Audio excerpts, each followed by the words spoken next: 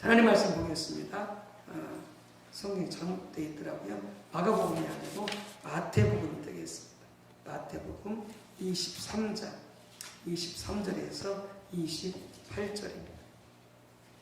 마태복음 23장 23절에서 28절입니다.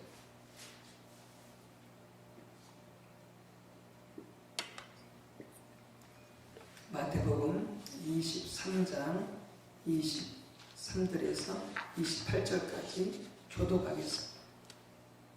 화 있을진저 외식하는 서기관들과 바리새인들이여, 너희가 박하와 해양과 근처의 11조는 들이되 율법에 더 중한 바 정의와 국률과 믿음은 버렸도다. 그러나 이것도 행하고 저것도 버리지 말아야 할지니라. 맹인된 인도자여, 하루살이는 걸러내고 낙타는 삼키는도다. 와 있을진저 외식하는 서기관들과 바리새인들이여, 잔과 대접의 것은 깨끗이 하되 그 안에는 탐욕과 방탕으로 가득하게 하는도다. 음모한 바리새인이여, 너는 먼저 안을 깨끗이 하라. 그리하면 겉도 깨끗하리라. 화 있을진저 외식하는 서기관들과 바리새인들이여, 회칠한 무덤 같으니 겉으로는 아름답게 보이나 그 안에는 죽은 사람의 뼈와 모든 더러운 것이 가득하도다. 이와 같이 너희도 겉으로는 사람에게 옳게 보이되 안으로는 외식과 불법이 가득하도다. 아멘. 또 누가복음이 아니고요, 갈라디아서로 가겠습니다. 보겠습니다. 갈라디아서 3장 1절에서 6절입니다. 갈라디아서 3장 1절에서 6절입니다.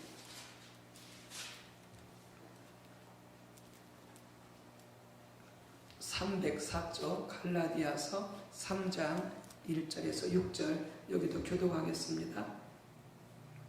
어리석도다 갈라디아 사람들아, 예수 그리스도께서 십자가에 못 박히신 것이 너희 눈앞에 밝히 보이거늘 누가 너희를 꾀더냐.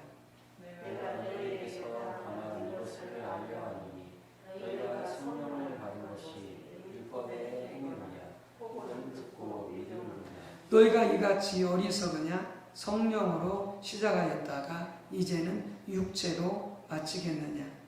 너희가 이같이 많은 괴로움을 헛되이 받았느냐. 과연 헛되냐. 너에게 성령을 주시고 너희 가운데서 능력을 행하시는 이의 일이 율법의 행위였으냐 혹은 듣고 믿음이었으냐. 아브라함이 하나님을 믿음에 그것을 그에게 의로 전하셨다함과 같으니라.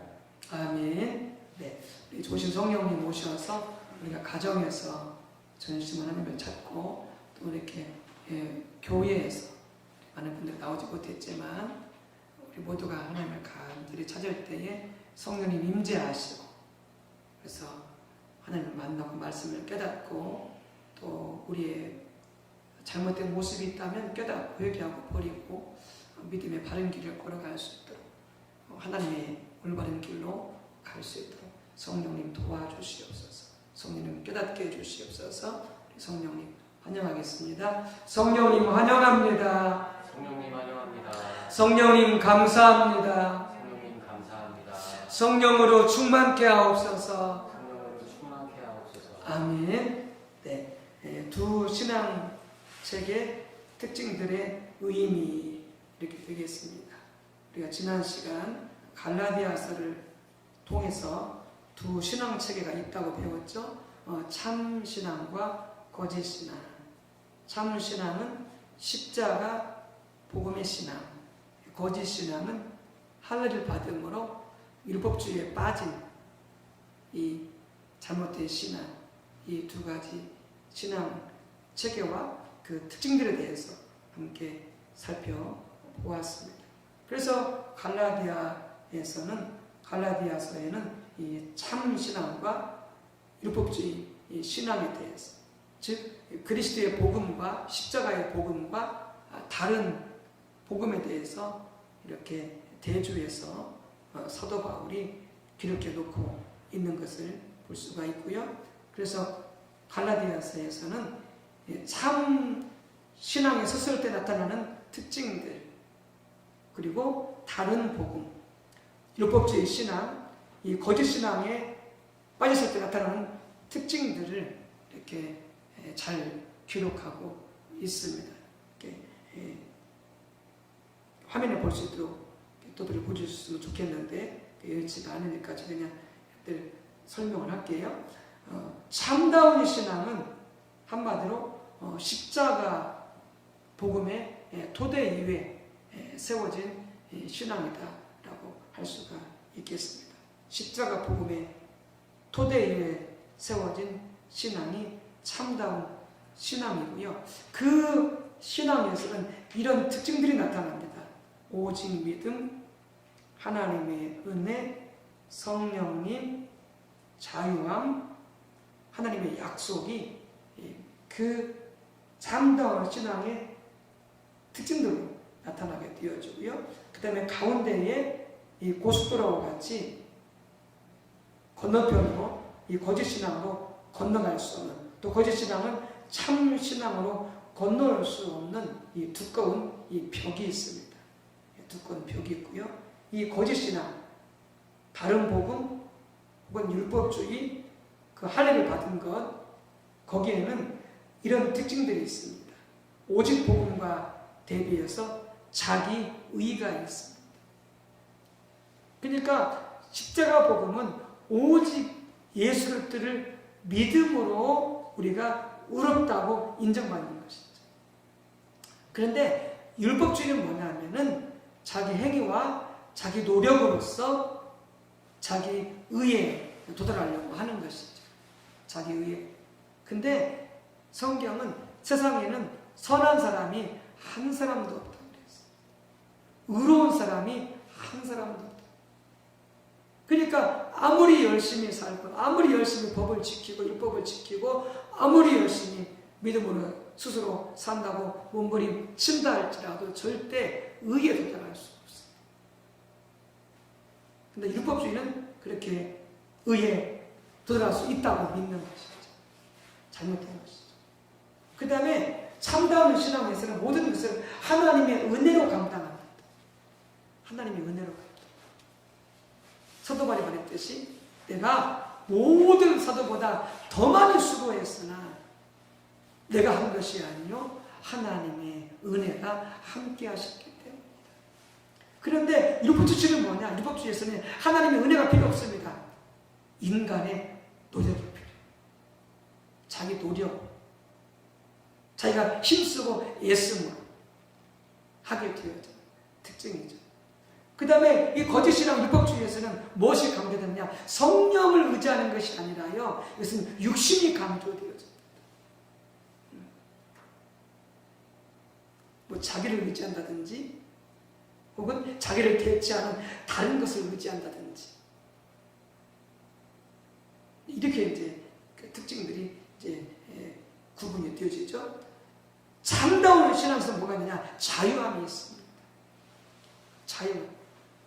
그런데 율법주의 신앙에서 뭐가 있느냐? 그리고 거기는 속박이 있어요. 그건 자유가 없어요. 그건 종노릇해요.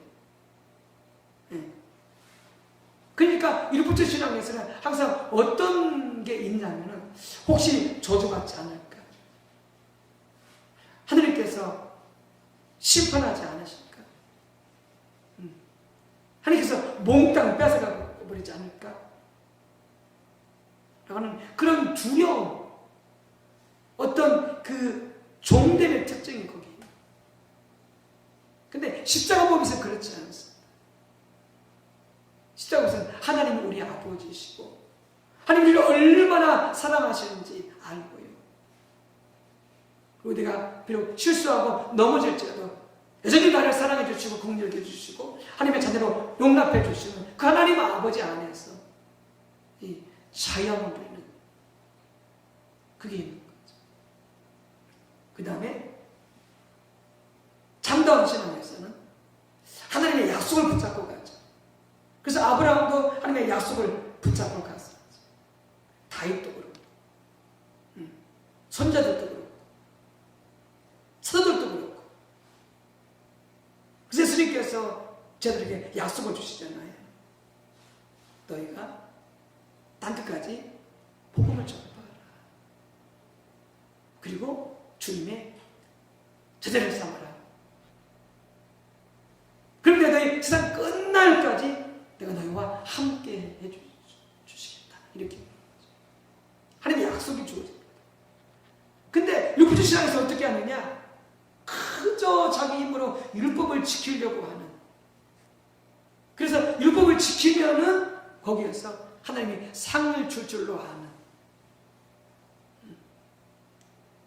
그러니까 전혀 겉모습을 볼 때는 복음적인 신앙이나 거짓 신앙이나 비슷한데 실은 그 내용도 파고 들어가서 보면은 이게 전혀 상극입니다. 완전히 달라요. 십자가 복음의 신앙과 이 거짓 신앙, 이 율법주의 이 신앙의 특징들이 완전히 다른 것을 볼 수가 있습니다. 그래서 우리의 신앙이 우리가 계속 강조했었지만 하나님을 알고 하나님을 사랑하고 하나님 목적대로 사는 것이 우리의 신앙의 핵심인데 그 신앙으로 살려고 한다면 우리는 철저하게 십자가 복음 위에 설 때만 가능한 거죠. 우리가 그런 삶을 살기를 원하면서 율법주의 신앙생활을 하게 되면 절대 십자가 그 신앙 본del의 삶을 살아갈 수가 없어요. 살아갈 수가 없어요. 아까 말씀드렸잖아요. 이 참신앙과 이 거짓신앙은 가운데에 두꺼운 벽으로 양쪽 다 건너갈 수가 없다고요. 공통점도 없고요. 그러니까 철저하게 이 신앙의 본질의 삶, 신앙의 이 핵심의 삶, 하나님을 알고 또 이웃을 하나님을 사랑하고 이웃을 사랑하고 하나님 뜻대로 사는 이 신앙생활로 달려가려면 결국 우리의 신앙생활이 십자가 복음 위에 견고하게 세워져야 된다라고 하는 것이죠. 율법주의 신앙에서는 절대 그 삶이 가능하지 않습니다. 전혀 다른 성격이에요. 그러니까 십자가 복음은 결국 하나님께로부터 오는 것이고 율법주의 거짓 신앙은요 마귀 사탄한테 오는 거예요. 그러니까 완전히 성격이 달라요. 겉모습은 비슷하니까요. 참신앙이나 거짓신앙이나 다 예배드리고 기도하고 헌금하고 금식하고 봉사하고 십자드리고 다 한다니까요. 겉으로 다 똑같아요. 근데 성격은요 완전히 딴판이에요. 십자가 복음은 하나님께로부터 온 것이고 율법주의 거짓 신앙은 마귀로부터 온 것이고 전혀 다른 성질의 그런 신앙 생활이 되어지는 것이죠. 그래서 우리가 지난번에도 살펴봤지만 우리가 부분적으로라도 율법주의에 빠지게 되면 어떻게 된다고요? 우리는 거짓 신앙에 빠지게 됩니다. 그러니까 99가지는 믿음으로 살았어. 십자가 복음의 신앙으로 살았어. 근데 한 가지는 율법주의에 빠졌어. 그러면은 대다수가 십자가 복음이니까 십자가 복음의 신앙 같지만 그렇지 않다는 거죠. 결국은 거짓 신앙이 되어져 버린다. 그래서 사도 바울이 신랄하게 강력하게 갈라디아 교회에 책망한 거예요. 할례 받은 것로부터 돌이켜라. 나머지는 믿음을 살았을지 모르지만 그들은 결정적으로 할례 그 한 가지를 받았기 때문에 그들이 거짓 신앙에 빠졌다는 것이죠. 그러니까 부분적으로라도 정말 조금이라도 자기 의를 의지하고 이렇게 율법을 지킴으로 자기 노력으로서 의에 도달하려고 한다면 그것은 결국 율법주의에 빠지게 되어지는 것이죠. 우리가 잘 분별하고 그때 바로바로 우리를 깨닫고 돌이키고 주님을 의지하여 서는 그 자리로 우리가 항상 나가야 되고 서 있어야 된다라고 하는 것이죠. 이렇게 두 신앙 체계에는 각각의 특징들이 있는데 그것들이 의미하는 바가 있어요.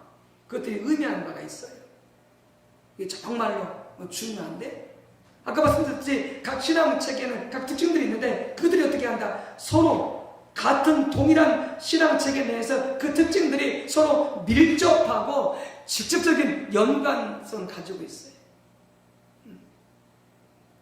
그러니까 십자가 복음의 신앙에서 각 특징들 간에 밀접하고도 긴밀한 연관성이 있고요. 또 율법주의 신앙, 거짓 신앙에서는 또 그 특징들이 서로 밀접하고 긴밀하게 연결되어 있는 것이죠. 근데 상호 교환적으로는 상할 수가 없어요. 중복되는 것도 없고요. 겹치는 것도 없고요. 아까 말씀드렸듯이 전혀 다른 성질의 것이기 때문에. 근데 이렇게 두 신앙체계의 특징들이 시사하는 바가 있어요. 그것이 매우 중요하고 여러 가지 것들이 있는데 우리가 그것을 이번 주와 다음 주 시간을 통해서 몇 가지를 살펴보도록 하겠습니다. 오늘 우리 하나님의 백성들 가운데 교회 가운데 반드시 하나님의 은혜가 회복되어져야 돼요. 하나님의 은혜가 회복되어야 돼요. 교회도 마찬가지고 우리 성도님들 삶에도 신앙생활에도 마찬가지죠. 하나님의 은혜가 회복이 되어져야 실제적으로 하나님이 함께 하시는 역사들이 강력히 나타나게 되어지는 것이죠. 그런데 하나님의 은혜가 나타나지 않으면 어떻게 돼요? 우리는 힘들어요. 신앙생활도 힘들고 가정생활도 힘들고 직장생활도 힘들고 사업도 힘들고 모든 인간관계 힘들고 힘 안 든 게 없어요. 하나님과 함께 하자. 그런데 하나님의 은혜가 함께 해버리면 그분이 우리와 함께 하시면요 아무리 힘들고 아무리 어려워도 여러분들 착착착 해결되어져요. 하나님 함께 하시니까 역사하시니까. 그래서 안 힘들어요. 아무리 어떤 일을 닥쳐도. 오늘 교회 가운데 하나님의 성도 가운데 하나님의 은혜가 해결돼요. 그러려면 철저하게 십자가 복음의 신앙 위에 세워져야 돼요. 또 하나 뭐가 회복되느냐? 성령의 임재와 능력이 회복되어져야 돼요. 하나님은 하늘에 계시고 그분은 전지전능하시고 그분은 모든 것을 소유하신 분이신데 그 하나님이 이 땅에서 역사하시려면은 결국 성령으로 이 땅에 오셔야 돼요. 이 땅에 오셔야 돼요. 그러니까 우리가 이 땅에서 하늘에 계신 하나님, 하늘에 계신 우리 주님을 우리가 경험하고 알기를 원한다면 결국 그것이 교회든 개인이든 성령이 교회 가운데 오셔야 돼요. 개인의 삶 가운데 오셔야 돼요. 이게 오늘날 우리 성도들 교회 내 가정 가운데 정말로 시급히 회복돼야 될 그 은혜, 하나님의 은혜와 성령의 임재와 능력. 근데 그런 관점에서 이 각 신앙의 특징들이 가지고 있는 이것들이 참 시사하는 바가 매우 크고 많다라고 하는 것이죠. 자, 첫 번째 보게 되어지면은 그런 특징들을 통해서 볼 때에 율법주의 신앙에서는요, 여러분 진정한 성령의 역사가 없어요. 율법주의 신앙에서는요, 진정한 성령의 역사가 없어요. 그러니까 우리가 봤잖아요. 갈라디아서 3장에 사도바울이 거기서 갈라디아를 향해서 말씀하냐, 너희가 성령을 받은 것이 믿음이었느냐 율법의 행위였었느냐, 두 가지를 이야기하거든요. 그들이 처음 예수를 믿었을 때 성령 받은 것, 그 다음에 예수를 믿고 난 이후에 계속해서 성령을 받아야 되고 성령의 능력을 받아야 되고 성령의 은사와 충만을 받아야 되는데, 너 이렇게 성령을 받은 것이 믿음이냐 듣고 믿음이냐, 그렇지 않으면 율법의 행위였느냐, 너희들이 노력이었느냐, 이렇게 묻는 거죠. 아까 말씀드렸지, 갈라디아 교회는 뭐에 빠졌다고요? 율법주의에 빠졌다고요. 인간의 노력으로 자기의 행위로 하나님의 응답과 은혜를 받으려고 하는 이 잘못된 신앙에 빠진 거죠. 그래서 사도 바울이 갈라디아 교회를 향해서 이렇게 신랄하게 그들이 깨달으라고 그들에게 묻는 거죠.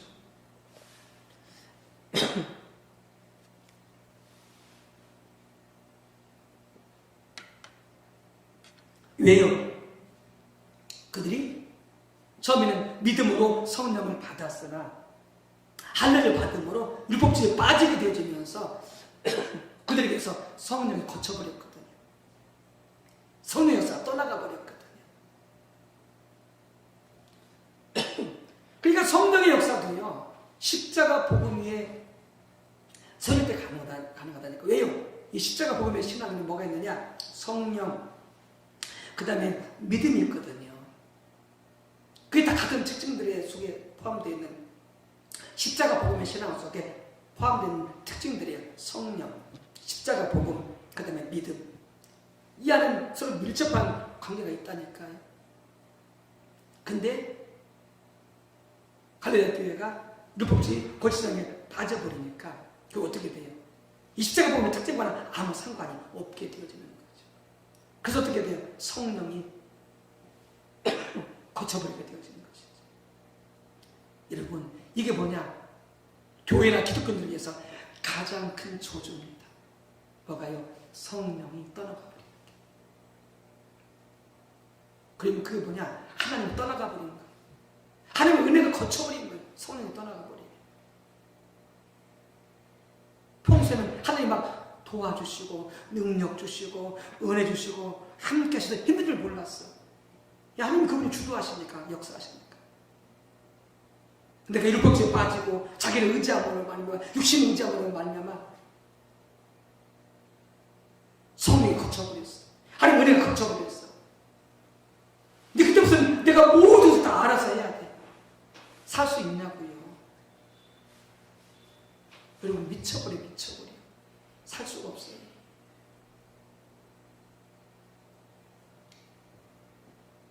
근데 심각한 것은 오늘날 우리 한국교회 가운데 이 참다운 성령의 역사가 거의 나타나지 않고 있다는 거죠. 심지어는 하나님의 임재라고 하는 그 단어조차도 듣지 못하는 교회가 너무나 아직도 많다는 거죠. 하나님 임재가 뭔지도 몰라요. 그 정의도 모르고. 여러분, 이런 상황 속에서 성령의 진정한 역사가 나타나도록, 회복되도록 교회 가운데, 우리 개인의 삶 가운데 우리가 기도하고 노력하고 또 작정하고 때로는 금식하고 때로는 각가지 방법을 써보지만, 성경에도 사모하는 자에게 성령을 주신다고 말씀하셨는데 그럼에도 불구하고 성령의 역사가 나타나지 않아요. 성령이 임하지 않아요.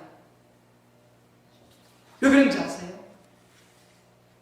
갈라디아 교회처럼 교회가, 우리가 율법주의 신앙에 빠졌기 때문에 그래요.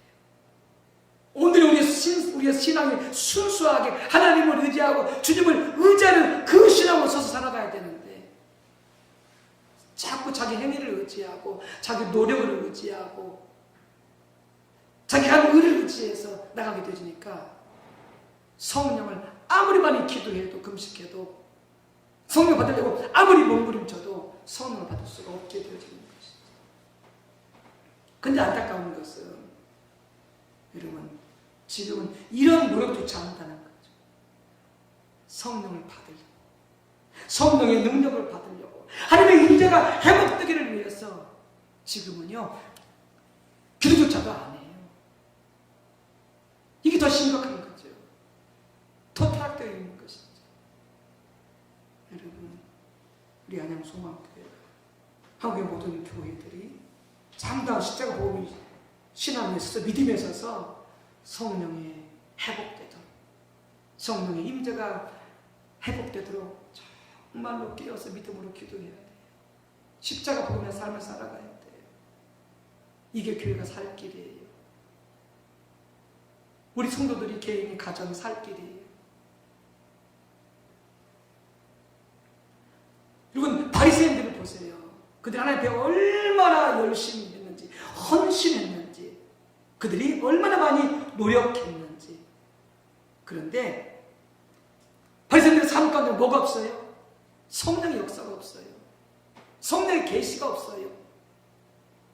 성령 어떤 하나님의 역사가 없어요. 바리새인들 삶 가운데. 그렇게 열심히 기도하고 금식하고 11조 드리고 구제하고 봉사하는데요, 바리새인들 삶 가운데 그게 없어요. 성령의 역사가 없어요. 왜요? 그들의 신앙이 율법주의이기 때문에 그런 거예요. 자기 행위를 의지하는, 자기 의를 의지하는, 자기를 자랑하는 율법주의에 빠져있기 때문에 오히려 어떻게 해요? 성령의 역사를 대적하죠.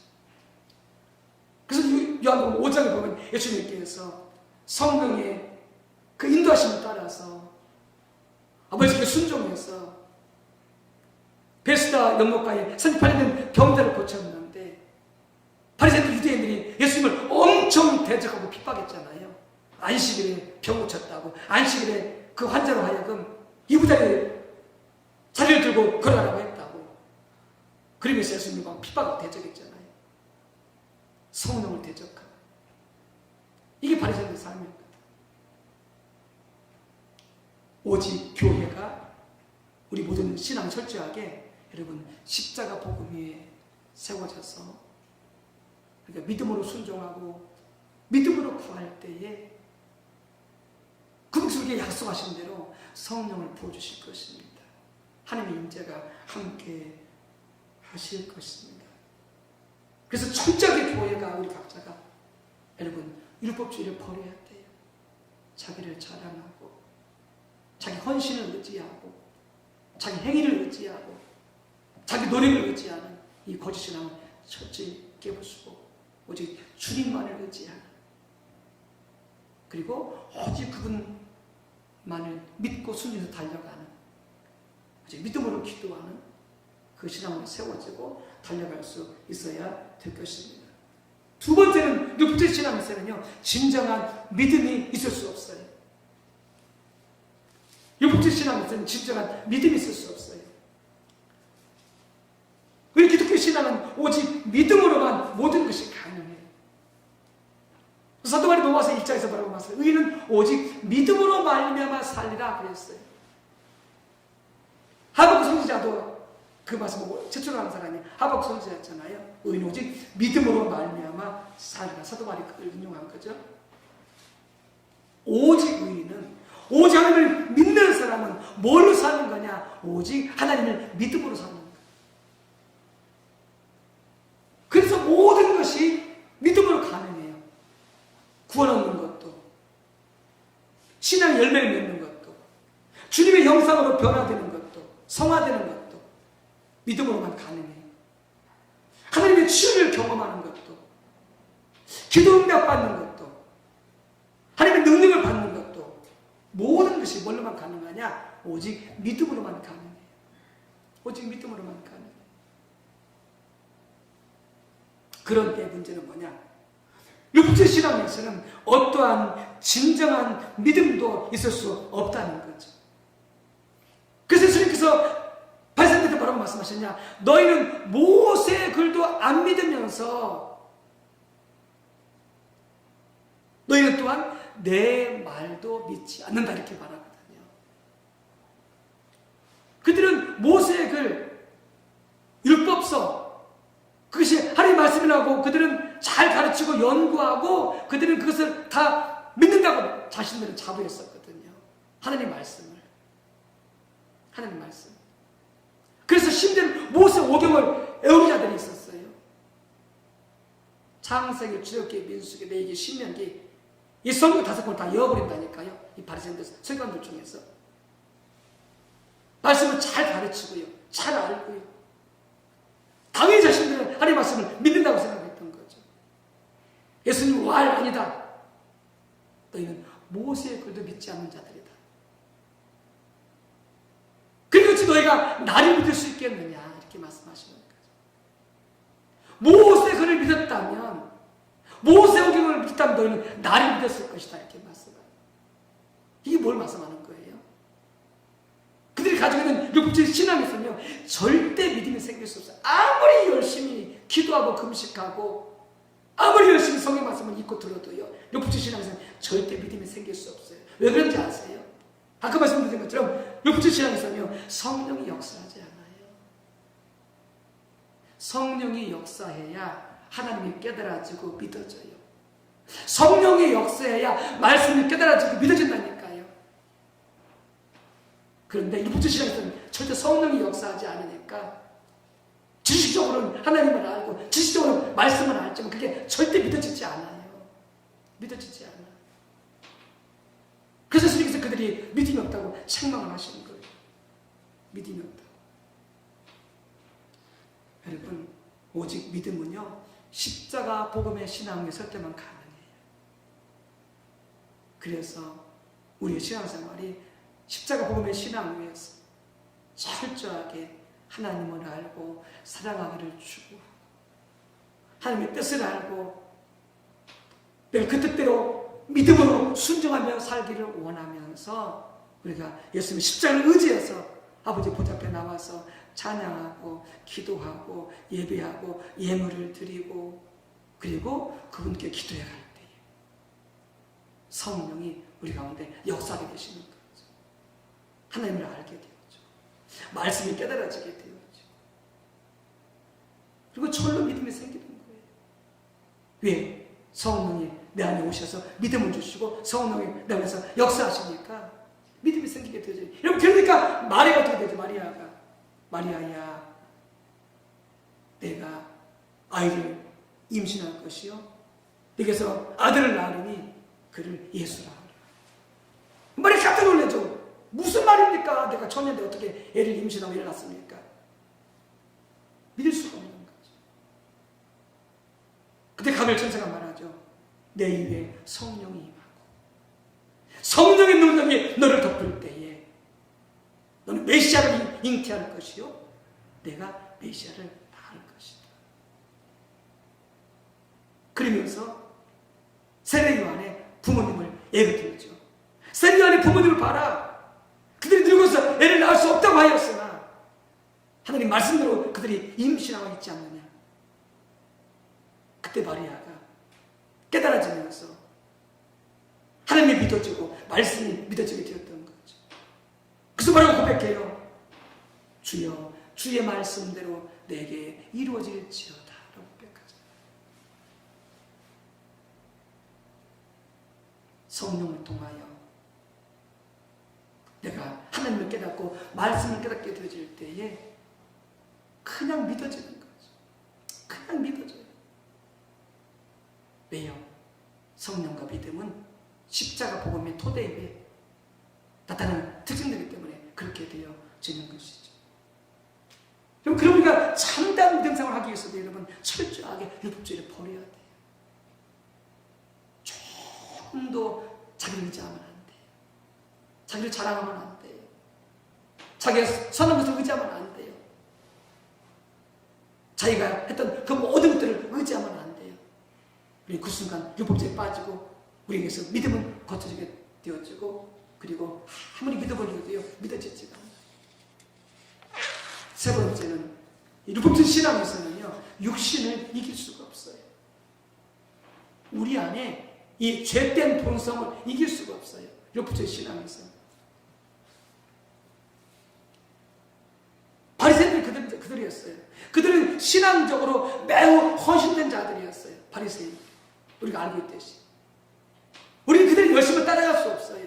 얼마나 열심으로 정성을 다해서 하나님을 믿고 섬겼는지. 여러분 11조를 드려도요. 월급만 드린 게 아니에요. 다른 사람한테 받은 선물까지 채소까지 다 값으로 환산해가지고 11조 드렸어요. 철저히 드렸어요. 11조. 주일이면 일하지 않는 것은 말할 것도 없고요. 아무것도 사지 않고 헌금은 미리 준비해놓는데요. 토요일날 아주 빳빳한 저돈으로 바꿔서요. 아주 가장 좋은 돈으로 헌금을 준비해서 하나님께 드리고요. 주일이면 옷을 어떻게 해요? 가장 깨끗하게 빨아 입어서 가려입고 목욕 재개하고 그리고 교회에 오는 그 열심과 헌신은요 어르신에 비하게 되어지면요, 아주 초보에 불과할 만큼 얼마나 열심과 최선과 정성을 다해서 하나님을 섬겼던 데가 누구냐? 그들이 바리새인들이었어요. 근데 아세요? 아까 마태복음 23장 다 했듯이 그들의 속에는요, 온갖 죄악들이 가득했어요. 온갖 탐심과 세상 사랑과 시기와 질투와 교만과 미워하는 것과 용서하지 않는 것과 온갖 죄악들이 그들의 속에서는요, 끊이질 않았어요. 그래서 스승께서 그들을 책망하신 게 이 회칠한 무덤 같은 이들.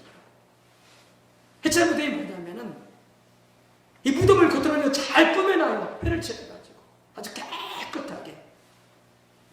그리고 뭐 하냐는 거예요. 그 속은 뭐가 있는데, 그 썩은 뼈와 송장이 있고 그 구더기가 있고 온갖 더러운 것들이 그 무덤 안에 있는데, 이것이 바로 너희들이다.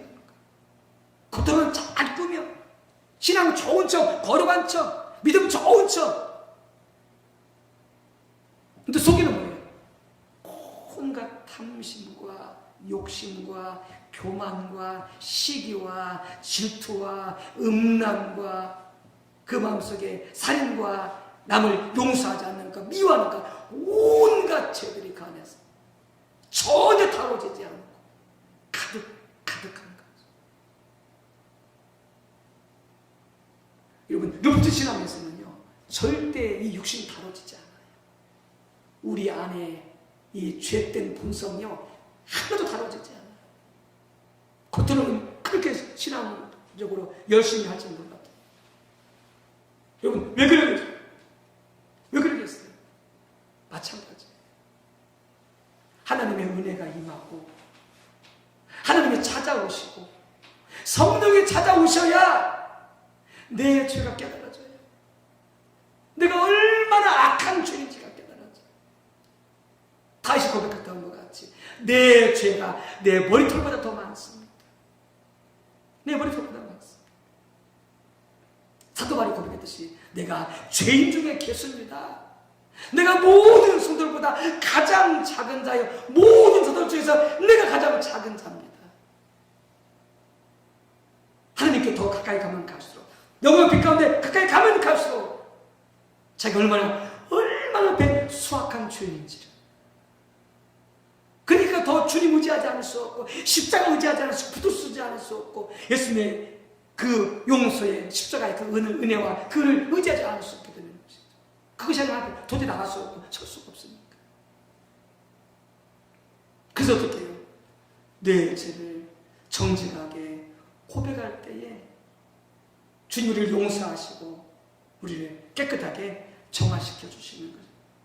그래서 야곱이 깨닫지 못했던 건 자기가 사기꾼이고 거짓말쟁이에서 몰랐던 거죠.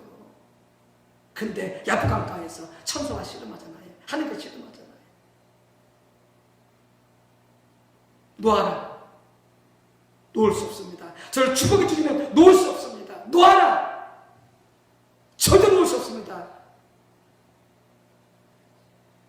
그리고 어떻게 그 하나님의 천사가 야곱의 환기뼈를 쳐서 부르더라. 야곱이 쳤잖아요. 그래도 야곱이 안 놓아요. 내 이름이 뭐냐? 예, 제 이름은 야곱입니다. 그때 뭐라고 말씀해요? 이제 너는 더 이상 야곱이 아니라 너는 이스라엘이다. 왜 그래요? 야곱이 무슨 뜻인데요? 야곱이 제가 사기꾼입니다. 제가 형을 속였고 아버지를 속였어요. 사기꾼이었습니다. 거짓말쟁이였습니다. 그가 거기에서 자기가 얼마나 악한 거짓말쟁이였을 거기서 깨달은 거죠. 그 하나님 앞에 정직하게 고백한 거죠. 그때 그 죄가 용서받고 씻겨지면서 그가 어떻게 돼요? 너는 이제 이스라엘이다. 야곱이 아니다.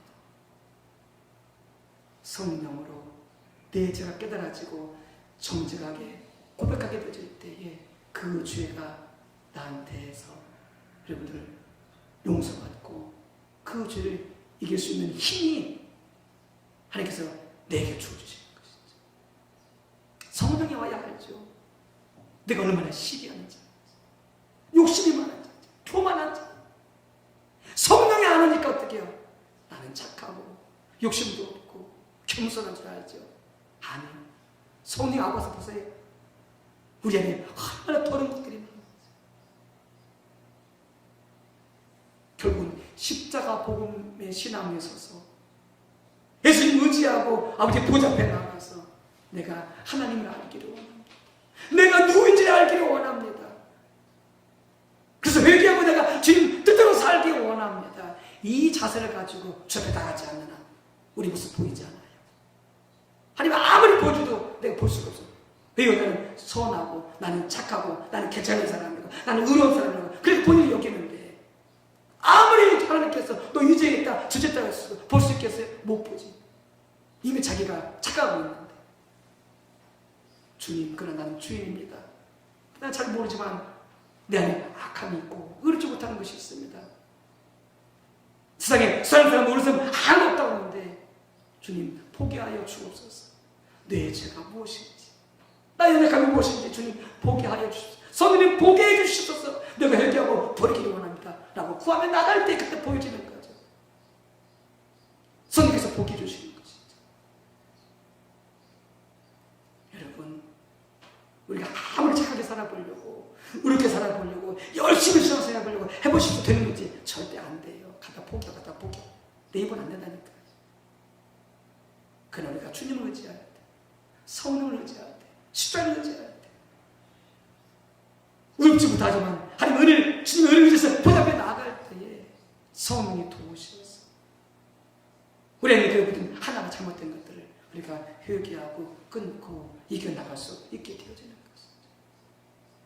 십자가 복음의 신앙에 있어서 여러분들 육신을 이겨나가는 우리가 잘못된 그런 모든 죄성을 이겨나가는 그런 놀라운 은혜가 있으시기를 주님의 이름으로 축복합니다.